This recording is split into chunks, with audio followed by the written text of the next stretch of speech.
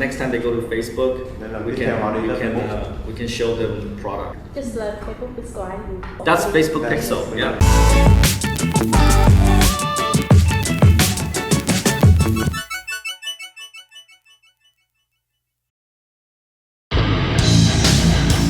Take effing action, put it together, and subscribe to Tompeng's channel on YouTube now.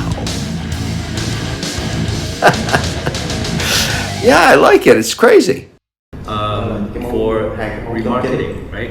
An easy way to explain remarketing, and you all experienced this before, I'm sure. You go to Bạn trải nghiệm Lazada, cái gì như nào? For Bạn Shopee, vô Lazada, look at the Shopee, product, nhìn vào sản phẩm, right? And then you didn't buy it, rồi không thể mua, you leave. rồi bỏ đi. And then next day you go to Facebook, Rồi ngày you tiếp go, theo hey, đi vào Facebook lại that's the product that I wanted to buy yesterday. Sản phẩm hôm qua mới thấy. They show it to you again. Rồi That's nó lại tiếp tục remarketing. show cho. Right? Đấy, đó là And remarketing. then with Go Sell, it's really Với easy Go to do Sale, that. nó rất dễ để làm việc đó. It's really easy to do that. So basically, you just have to put in some IDs, and then Chỉ you can cần make bỏ that happen. ID, So customer go to your website, khách hàng đi tới customer website của anh chị, launch your app. hoặc We là know khởi they, chạy cái app của we mình. know that they did it. So we will send them. So next time they go to Facebook, Nên là we tiếp theo họ đi can tới Facebook, we can show them chúng products. ta sẽ show lại cho họ thấy sản phẩm mình nữa. Facebook Pixel. Just like Facebook Pixel. Facebook Pixel. That's Facebook That's Pixel. Facebook. Yeah, we made it so easy. You don't have to deal with JavaScript and stuff, right? Yeah. So you just go to Facebook, you get the ID, you put Facebook it in Pixel, Go copy Sell. ID, password. But you do need a little bit of knowledge how to do Nhưng mà cũng cần phải Facebook biết một chút về advertising Facebook to Pixel để làm fully việc đó. leverage that. Trước khi có thể tận dụng được cái điều đó.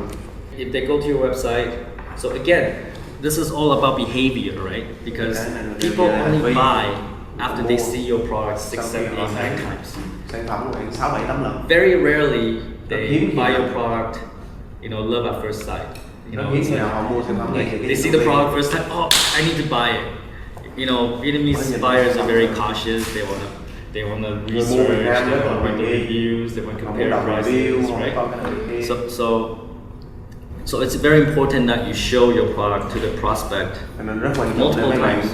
show sản That's phẩm why ra email cho khách marketing, hàng tiềm năng nhiều lần. right? Email It's marketing. important. Remarketing is important because Remarketing rất quan just like my example of people arriving at the airport, you're constantly showing that product to the sân prospect. bay. The more you show it, the more likely Show cho they họ will make that nhiều buying thì decision. cái khả năng họ mua cái đó càng cao. And that's why Lazada and Shopee does it.